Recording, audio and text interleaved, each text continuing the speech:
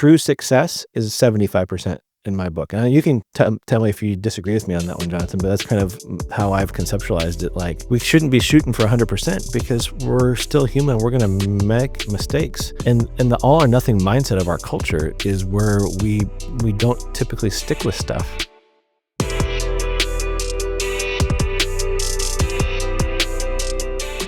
We are back. If you're watching over on YouTube, which I hope you are, if you haven't yet, click anywhere on the screen and subscribe. Or if you're listening, click down in the show notes and go subscribe to our newly launched YouTube channel. It is all things mental health made simple. It is practical. It is fun. And we think you would love it, not to force you to do something, but we'd appreciate it if you gave that one a subscribe.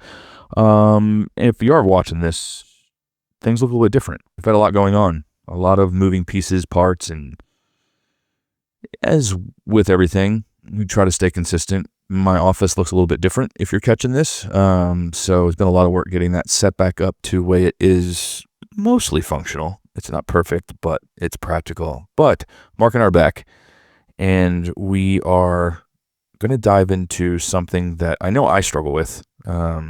Well, I want to back up. I want to say struggle because I don't want to come in feeling like negative. I think something that I'm aware of that I would argue the vast majority of people are not aware of, and we want to simplify it. So, Mark, first off, how are you doing? And as this episode airs, the previous episode regarding forgiveness versus reconciliation and what we get wrong, you had a conversation. Has there been an update to the post side of that conversation? Yeah, I mean, the conversation went well. I think, but I kind of just left it as a honoring their stepping into wanting to reconcile, and I chewed on it for a little bit. I told them I needed to chew on it. It was kind of in some ways a tough pill to swallow. I didn't tell them that, but like it was hard. Are we still chewing? Yeah, I wanted to sit with it for a minute. And so I responded last week and just said, thank you for being courageous to step up and to be obedient and to engage in a conversation. Thank you for owning what you did.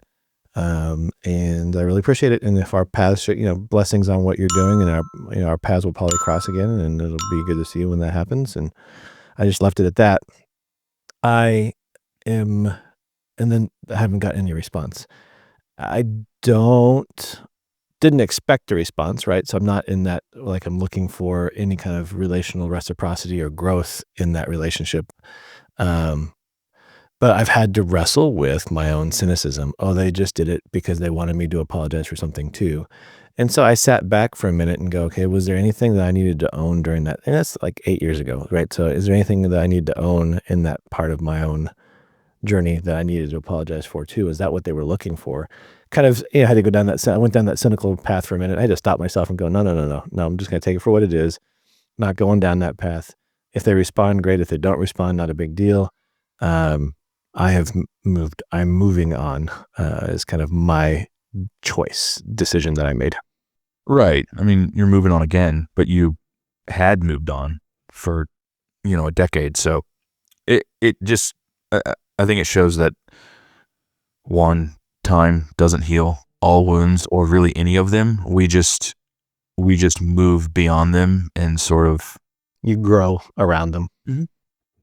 Yeah. It's kind of like,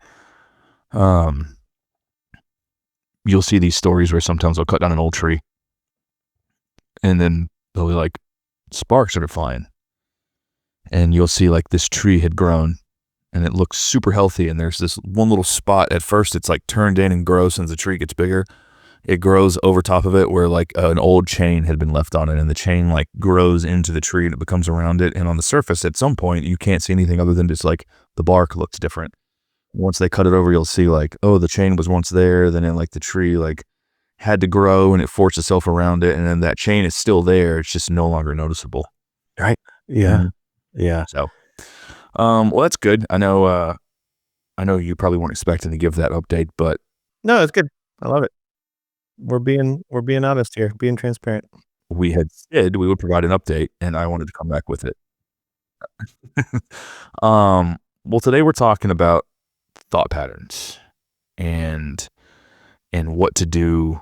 Like, we have lots of them. I think we think in patterns, and what to do specifically with negative thought patterns. I think that's one that's tossed around a ton. And you'll see it on social media, you'll read it in books, you'll hear clinicians and counselors talk about it, and it's one of those that sounds easy, but a lot of people scratch their heads like, what does that even mean? And do I even have them? And is that something that I even need to pay attention to? So how many episodes back did we talk about automatic negative thoughts, ants? Cognitive behavioral therapy and CrossFit is what I think the title was, or something like that. 3 episodes ago. I'll link it, or if you're watching, you'll see it up here. Because in some ways, this is an extension of that, to some degree. Would you agree? Yeah, it's just a practical side of, what is it? Do I need to be aware of it? And then what can I do with it? How does it show itself? And then this is not to be like, oh my gosh, it's a big thing. Again, I would just argue, just kind of like in the marketing space, you're either problem aware or you're problem unaware and you desire a solution. And so the goal is to get people to be aware of the pain point, or to become pain point aware, to then move them to the right solution. And so, yeah, I guess this would be a CBT, a practical CBT approach to negative thought patterns. Mm-hmm. Well, so we're going to have something, or there's a tool that I created for some clients a couple months ago that we'll have linked in the show notes, called the Thought Prompt Journal. But here's what happens, and I've talked to people about this all the time, is our negative thoughts are often, if you think about a reflex, they're often a reflex. And we don't typically pay attention to the patterns until we're maybe 200-300 yards down the road, and we stop and go, oh my gosh, like how did we get here? Like I am just steeped in the negativity around certain things. And but I will say this, I don't necessarily think many of us, and myself included, until I was aware of this, even had that thought. It was just like, oh, I'm in a bad mood. Oh, I'm kind of in the dumps, or I'm looking at everything through a cynical lens. And then people are now reacting to me in a negative way, and that just enhances it. So it's almost like we're making you aware of the problem that happens for many of us that we often aren't aware of. We just get stuck, and we don't know why we're stuck. Right. So just to go real pop culture with it, we're basically all Walter White in some way, if you're ever familiar with Breaking Bad. Explain we are all that, Walter White in some way. I am not familiar with that. Basically, we're just cooking up worst case scenarios in the lab of our own mind. And the only way to break those bad habits is to change the recipe, if you will. Okay. So for those of you who don't know what Breaking Bad was, Walter White was a guy who needed money and he became a meth dealer. Okay. And was a drug dealer. And so bad thoughts, you got to change the recipe. So that's actually an interesting. I have to do some research on that. I've heard the show. I've never seen the show, but yeah. So, basically we all have that in our brain. And if we want to change the thoughts, change the recipe. Yes. So practically then, how do we do that? And I think that's the hard part. And what I'll say is, and this is just a precursor, but Jonathan and I are in the process of working on a fun project. Shh, don't say what it is. We're developing a tool. Yes. That we think you would like. Yes. That will help you along your path to wherever you are trying to go to better your mental and emotional well-being. So stay tuned, because we will be talking more about that in the months to come. But the reason I say that is you have to allow yourself a runway of change, or you need to give yourself enough time. And so a lot of people get mad at me for this, but I want you to sit with this for a second. You can't change a neural pathway unless you recognize what neural pathway needs to be changed. So now we're creating this kind of cognitive dissonance with you that all of us struggle with negative thought patterns. It's just, I think, a natural way of dealing with things. If we want to change that, now I'm creating this cognitive dissonance where you go, okay, I don't want that anymore. What do I got to do? But you can't just wake up the next morning and go, oh, I'm better, right? You've got to be aware of it. You've got to take some steps towards that change. And it typically takes about 3 cycles of 30 days. It takes 90 days to rewrite a neural pathway. And so here's what I'm going to tell you is we're talking, and if you're wanting to implement, the first 30 days, shoot for 25% change. Like, if you hit 25% change, or you're within that 25% change window, like, be excited. So like one in four times you've changed this month. That's actually something to celebrate. The next set of 30 days, it's 50%, right? And then the last set of 30 days, true success is 75% in my book. And you can tell me if you disagree with me on that one, Jonathan, but that's kind of how I've conceptualized it. Like, we shouldn't be shooting for 100% because we're still human. We're going to make mistakes. And the all or nothing mindset of our culture is where we don't typically stick with stuff. Yeah. I mean, we have a horrible view in our culture of what progress looks like, what, expectations, goals, all of that. And all of it's rooted in perfection. And that's great. I have big, hairy, audacious goals, and that would be, in a perfect world, that's what to accomplish this BHAG, if you will. But when it comes to doing any of those things with change and growth and development, we expect to be a master at something from the get-go because we're taught early on that we need to pursue perfection,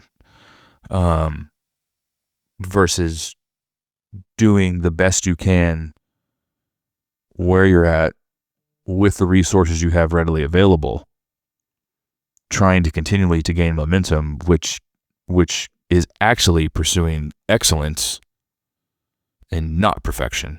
No, it's that mindset, that growth mindset of, I am not stuck with what I have. I have agency. I have the ability to change. I'm going to attempt it, pursue it. And then when I fail, how do I think about my failure as I move forward? And I think that's the hard part a lot of times with different generations, that failure is not an option. Well, failure is life. That happens. So, yeah, I want people to sit with that for a second, is that what would it look like to reorient our mindset around the fact that we are going to make mistakes, and failure sounds so negative, but I think it's an opportunity. And so in this process going, okay, how do I take a step back and go, okay, what worked, what didn't, what can I do differently? What's the next step? So that's great. I would take it even one step further. Because you're like, okay, thought patterns, how do they begin? I think you have to look at the very big word, which you're going to simplify right now, is this idea of neuroplasticity. If you are, I'm going to give an example, then I'm going to reference a television show that I love. Imagine if you are trying to string a line between two trees, and you start with thread. And you wrap this line from one tree to the other, and then you try and hang something from it. It's going to snap. Mm-hmm. So then you repeat the process, and you wrap a second line around the tree, and then braid it around the first line. It's a little bit stronger. It still breaks. You're like, okay.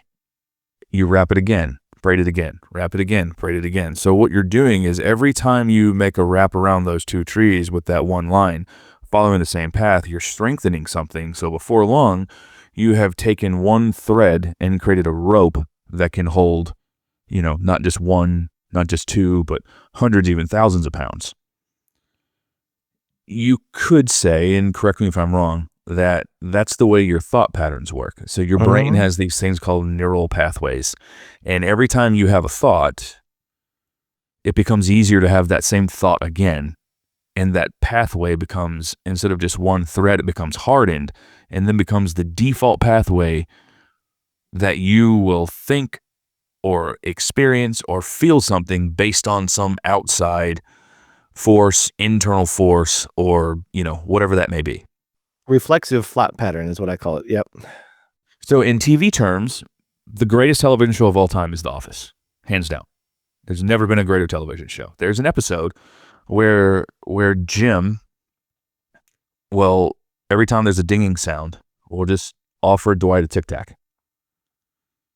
And then he just starts doing it and starts doing it and starts doing it until one day he makes the ding, and without even reacting, Dwight just puts his hand out for a Tic Tac.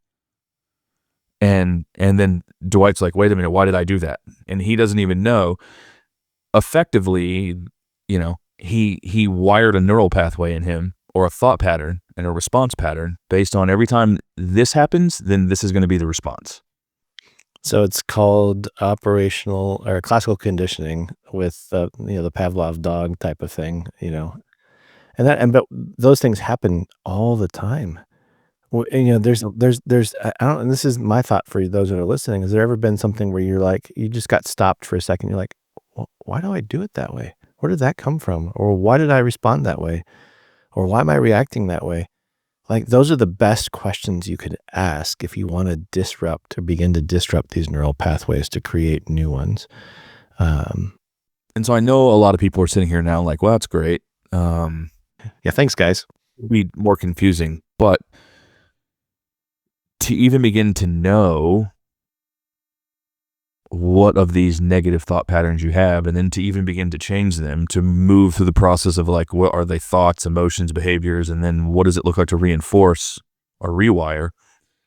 What are some of the types? I know of a couple. You've got all or nothing thinking, putting labels on everything, like very much black and white thinking, not asking questions, mind reading, trying to like pre-think what someone's going to say to you when you're going into situations, or trying to read someone's mind while you're in them, because you're trying to write a story ahead that hasn't really unfolded yet. Yeah, you know what that is though, right? I mean, this is not a conversation from a different time, but that's a trauma response. That's a self-protective, I need to control the room around me, or at least I think I can control, because I don't want to be hurt. You've mentioned catastrophizing before, and we said we're going to unpack that a little bit more. So camp there for a minute. Catastrophizing is in some ways tied to self-fulfilling prophecies. But it's, this is happening again. This always happens. This is the way it always is.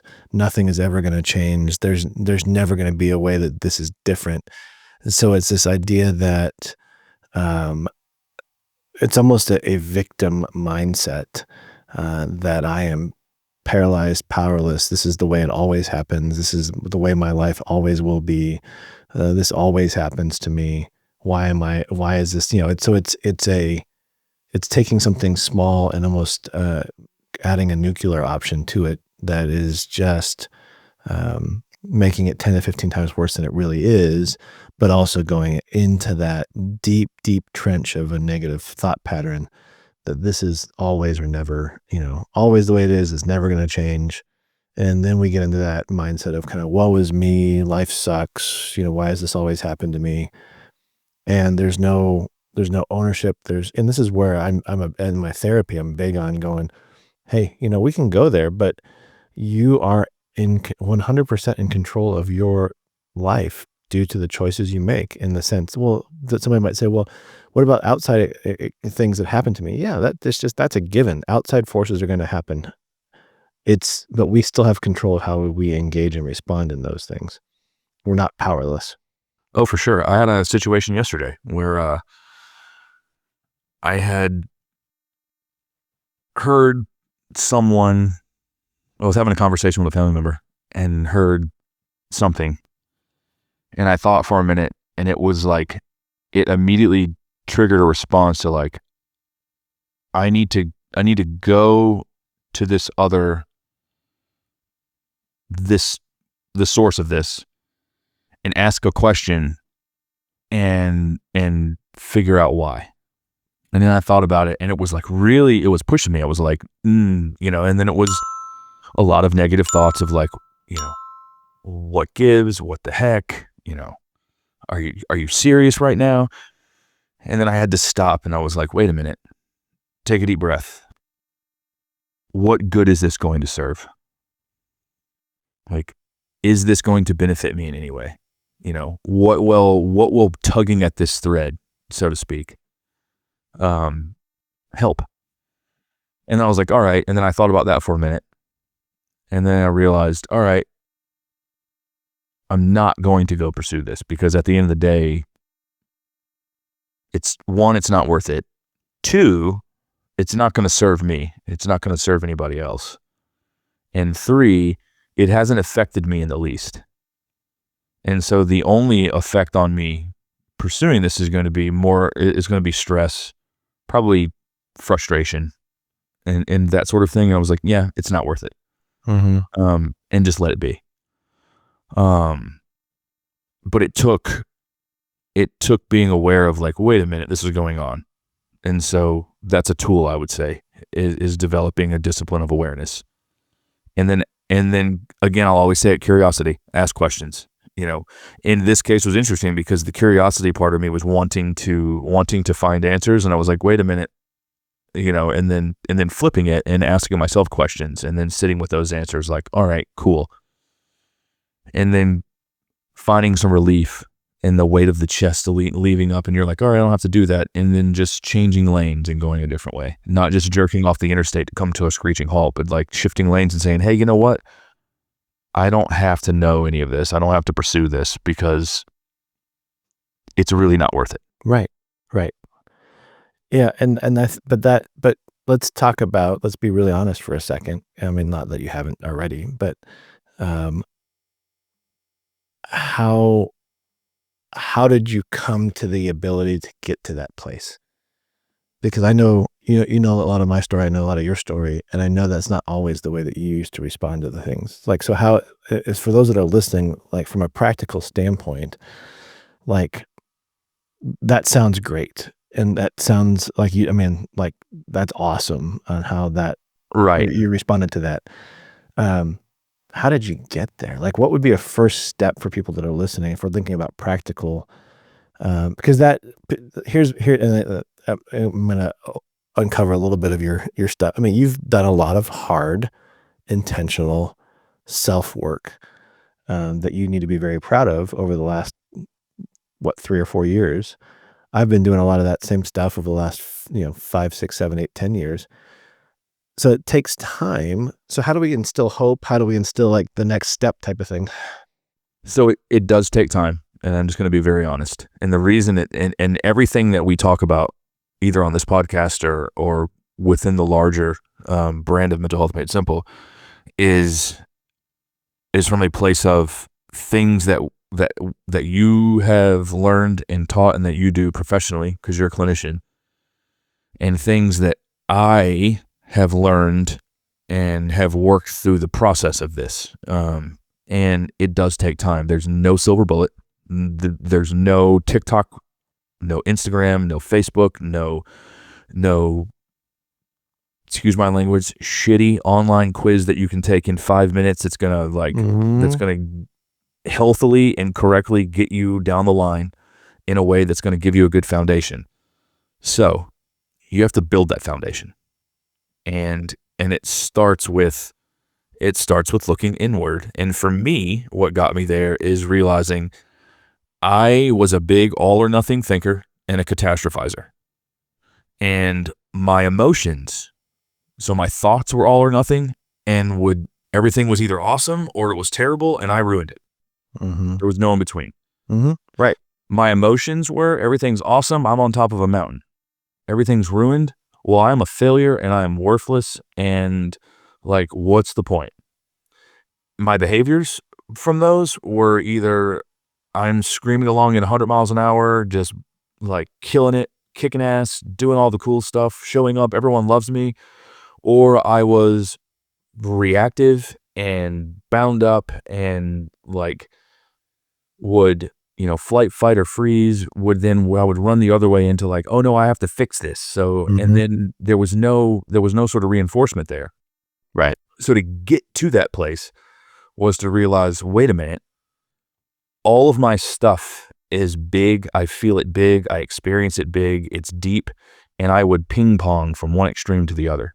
And it was learning how to find that middle ground and say, wait a minute, when I feel this immediate like launch from a recoil to go flying back to the other side was to learn to like, I need to slow this down and don't immediately time jump or like teleport to the other end of the spectrum, and learning to untangle, because not everything is great and not everything is terrible. Sometimes things are okay.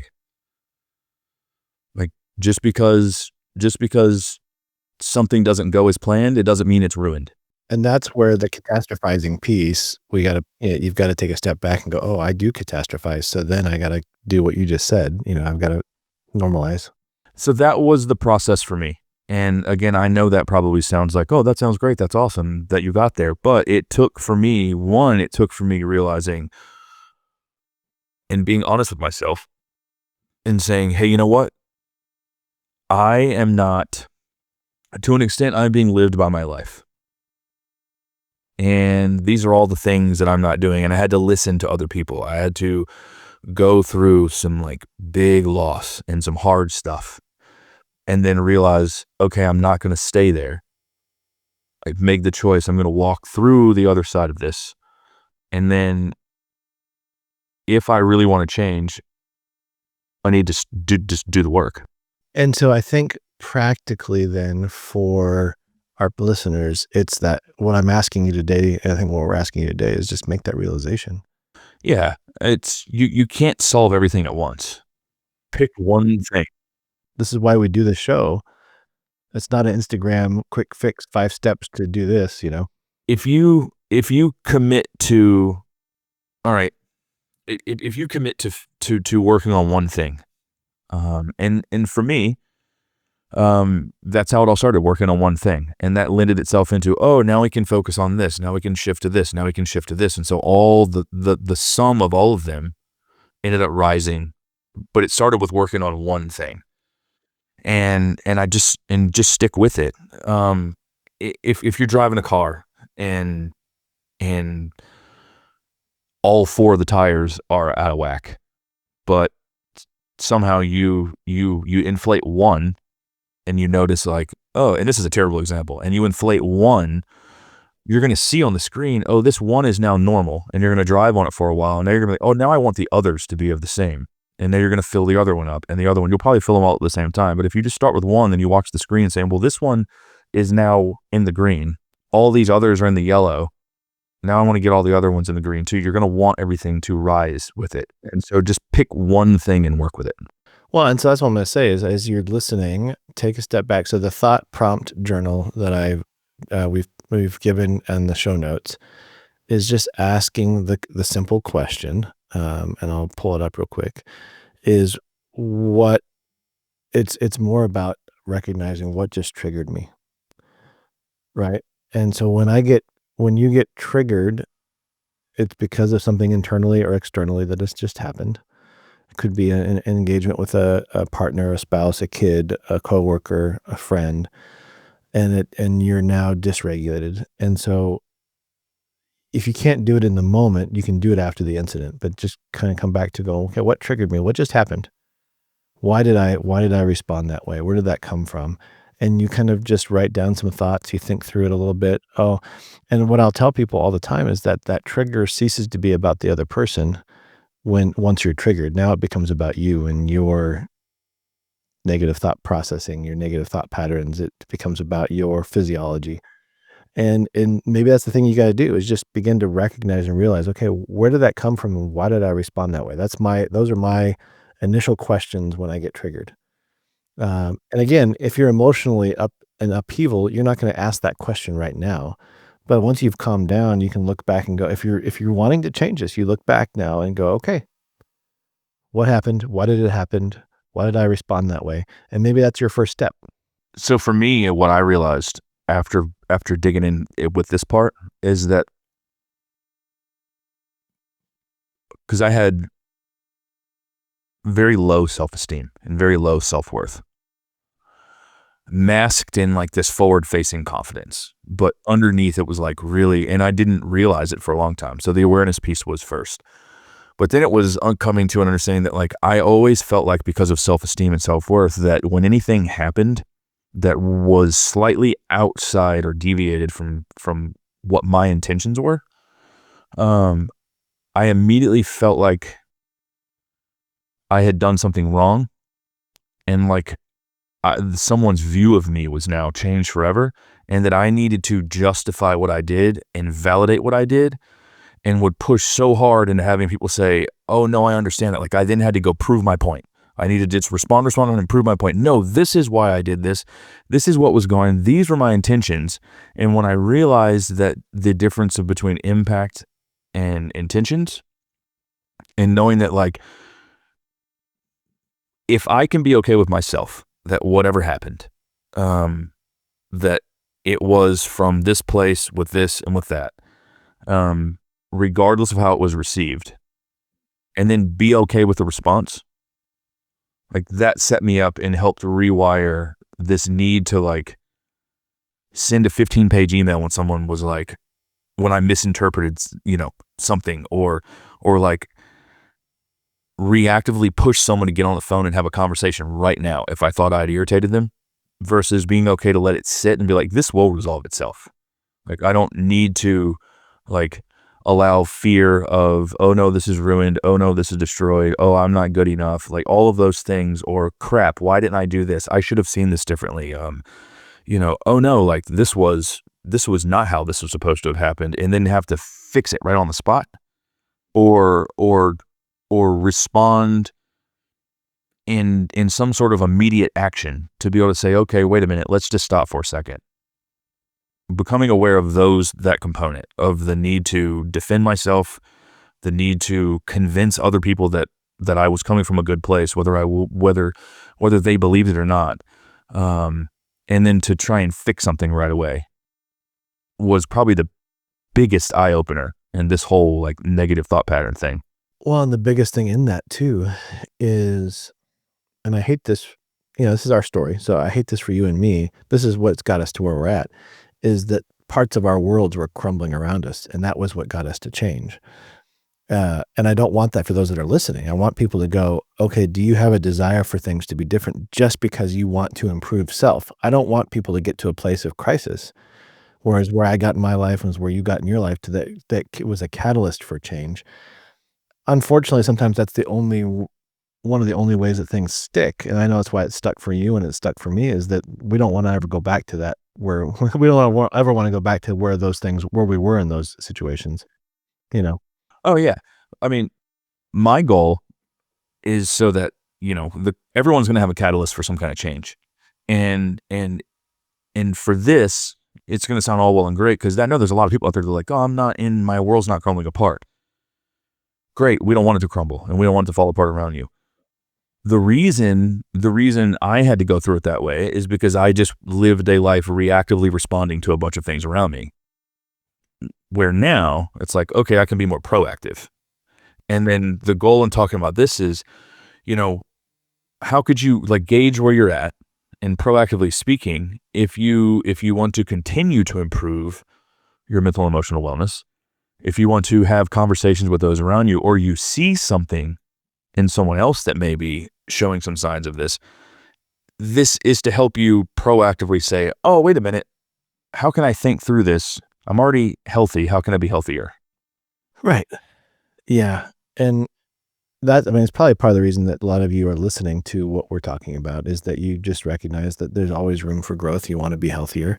That the title, Mental Health Made Simple, kind of intrigued you in some ways.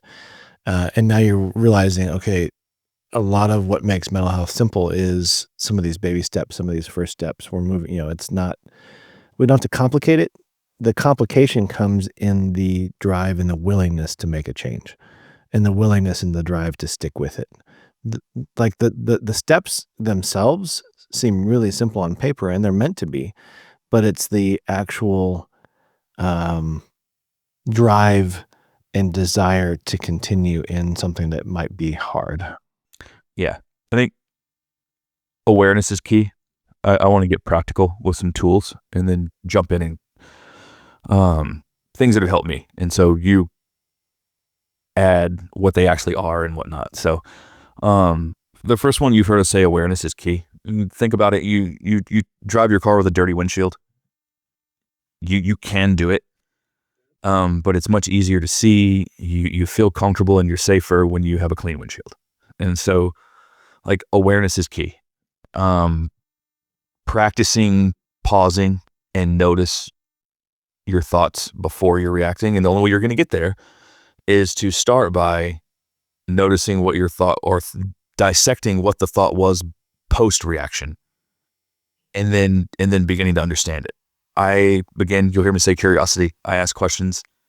And then I always go back to, is this thought true? Was it a lie? And what's another way to see this? The thought prompt journal that we're attaching, I think, is a great way for you to begin this process. But I would encourage you to go back and listen. Was it 3 episodes ago to the CBT conversation? But it's something that is going to seep into and positively affect all aspects of your life. And I think you're right. It starts with that awareness. Many of us just have not had that awareness until it's, right in front of us because the world is falling apart around us. And I want people to go, okay, that doesn't have to be my story. What can I do right now?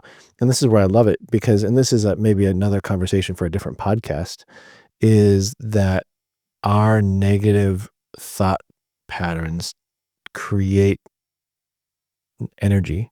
If we want to talk about quantum energy or we want to talk about energy, it causes us to almost emanate this energy that affects people around us. Oh, the other day I was just rushing in a hurry. Didn't know why. Wasn't even aware of it. Talking about awareness.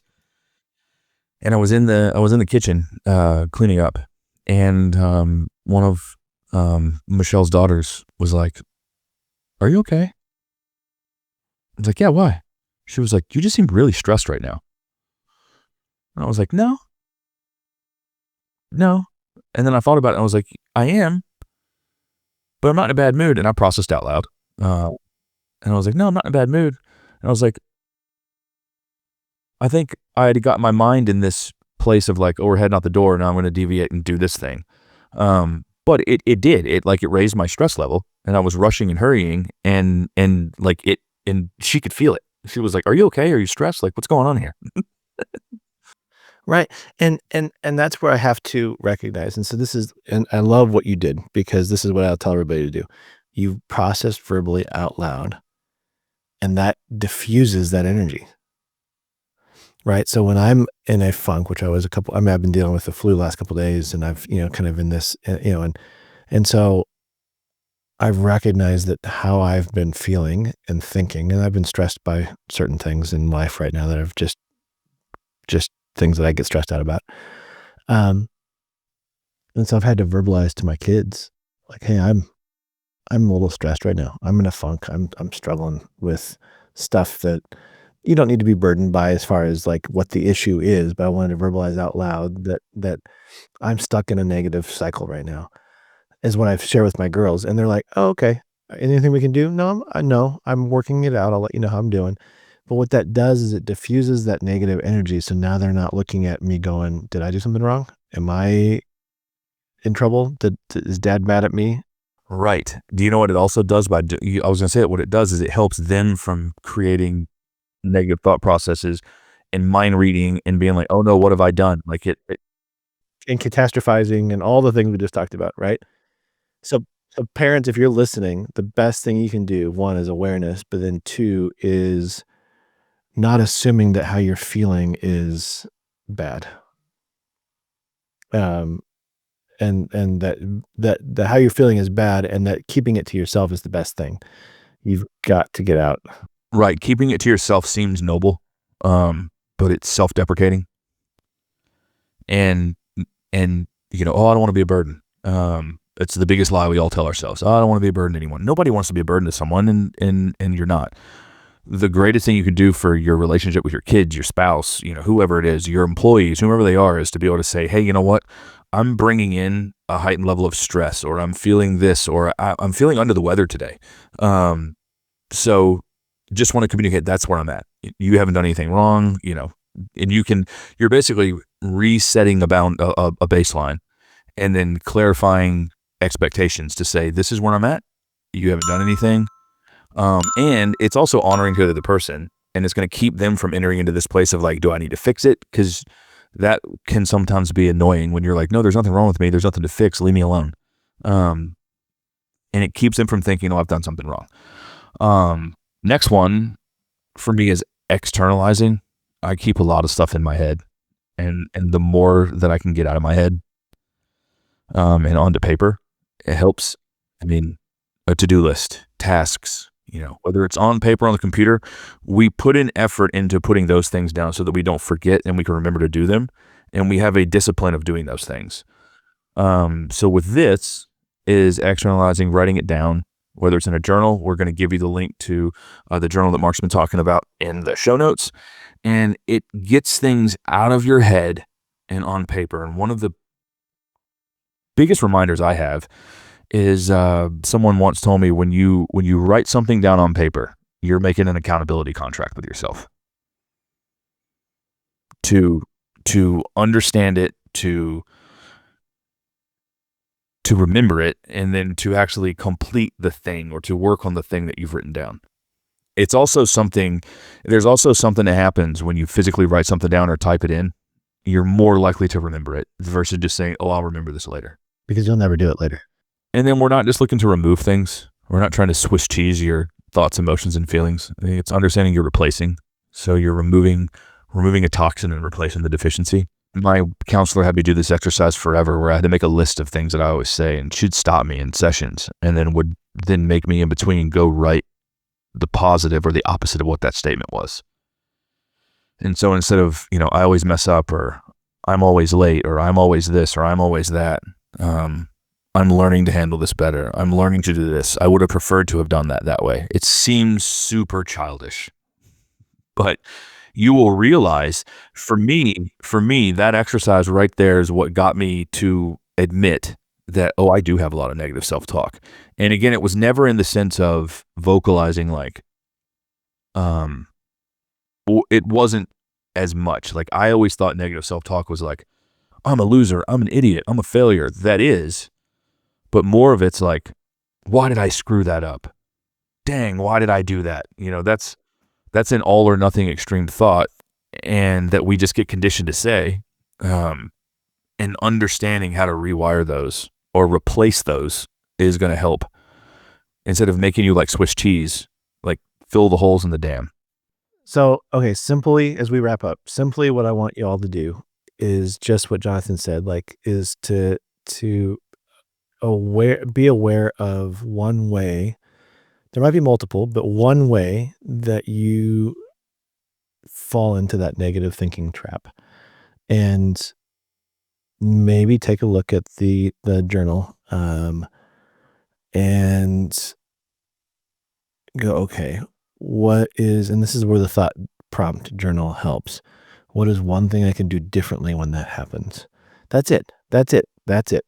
There's not this heavens opening up, like, life-altering thing that's going to fix it immediately. It's going to take some effort on your part. This is why I'm grateful that you're listening, and hopefully you're stopped going to the influencers on social media that say, yeah, just do these 5 things and you're going to be better. Like, no, it's what is the one thing that you're aware of that you can maybe enter into, going back to that thread around the tree. Like, what's the first wrap around the tree? Don't hang anything on it yet. What's the first wraparound? Then, okay, what can you do that consistently throughout the week? Now you got the second wraparound and the third wraparound and the fourth wraparound. Now you're braiding it together. Again, don't hang anything on it yet. And what you're doing is just going, okay, like, I can do that. I can do that one thing. And for me, that one thing was recognizing that I was triggered and taking a step back before I reacted. That was my one thing. And that one thing became something that step back created space for me to go, okay, what's really going on? Didn't happen right away, but it was a physical reactive, like I physically took a step back in a triggered state from whatever triggered me. Yeah, it's a win. I just want to be really clear here. You're not trying to stop negative thoughts. It's not possible. And if we were trying to convince you to stop them, it would be just like being brainwashed or having some sort of digital lobotomy. It's not. You're going to have negative thoughts. The goal here is to learn how to not be ruled by them. To say, hey, these things are no longer going to control me. Or, oh, wait, now I'm aware of this. I can actually shift the needle a little bit and help someone else. Yeah, what am I going to do differently? So it's a practice. It is not something that to be perfect in. It is something to be disciplined in so that you can raise the level of your overall health. So again, going back, the first 30 days of this process for you, can you hit 25%? Can you change? Can you be aware of it 1 in 4 times? And then the other 3 times that you're not aware of it, can you come back and reflect on it? Then the next set of 30 days, it's 2 out of 4 times. Can you do that? And then the third set of 30 days, it's 3 out of 4 times. And you're like, but Mark, you're telling me that 1 out of those 4 times I'm going to mess it up. Yes. And be okay with that. It's just the idea of, can I come back and reflectively be aware of things and be asking those curious questions of what could I have done differently after the fact. That's all we're talking about. Awareness, vulnerability, humility, change, reflection is all what we're asking for. So to sum this entire episode up into a handful of words, or too long didn't read. Notice it, name it, challenge it, reframe it, act differently, repeat. You guys are awesome. We will have some different notes and tips and tools in the show notes. If you haven't yet, subscribe wherever you consume podcasts, iTunes, Spotify, Apple, wherever they are. Subscribe to YouTube and explore. We've got some cool stuff regularly releasing over on the Mental Health Made Simple.life website. You guys are amazing, and we will see you right back here next week on another episode of the Mental Health Made Simple podcast.